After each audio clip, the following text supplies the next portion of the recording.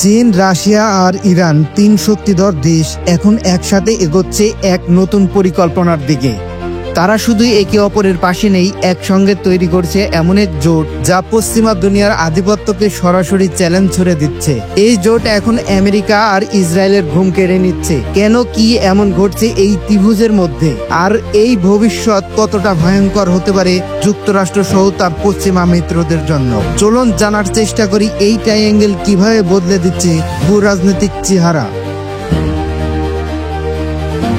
2022 সালের পর বিশ্ব রাজনীতিতে বড় এক পরিবর্তন শুরু হয়। ইউক্রেন এর রাশিয়া আগ্রাসন, তাইওয়ানের চীনের চওড়া মনোভাব আর ইরানের পরমাণু কর্মসূচি, এই তিনটি ইস্যু একসঙ্গে ঠেলে দেয় এই দেশগুলোকে এক কৌশলগত একতায়। রাশিয়া যখন ইউক্রেন যুদ্ধে ব্যস্ত, ইরান সরবরাহ করে তার ড্রোন। চীন তখন রাশিয়ার গ্যাস নেয় এবং আন্তর্জাতিক মঞ্চে নিষেধাজ্ঞার বিরুদ্ধে পাশে দাঁড়ায়। এই মুহূর্ত থেকে তৈরি হতে থাকে এক অঘোষিত শক্তি। তাদের লক্ষ্য আমেরিকার নেতৃত্বাধীন বিশ্ব ব্যবস্থার বিকল্প গঠন করা।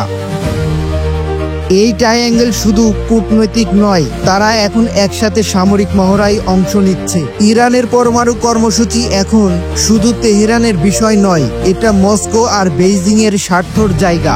এদিকে আমেরিকার অবস্থান দুর্বল, তারা ইউক্রেন, তাইওয়ান আর গাজায় একসঙ্গে সক্রিয় থাকতে পারছে না। তিন ফ্রন্টে লড়াই মানেই ভিতরে ভিতরে ক্ষয়। এই সুযোগ নিচ্ছে ট্রাইঅ্যাঙ্গেল। তারা জানে আমেরিকার ক্ষমতা সীমিত হয়ে পড়েছে। এই জোট এখন অর্থনীতির হাতিয়ার বানিয়েছে ব্রিক্স সম্প্রসারণ, পেট্রোডলার বাদ দিয়ে পেট্রো ইউয়ান চালু, নিষেধাজ্ঞা এড়িয়ে সব লেনদেনই, সবই এই তিন অক্ষশক্তির অংশ।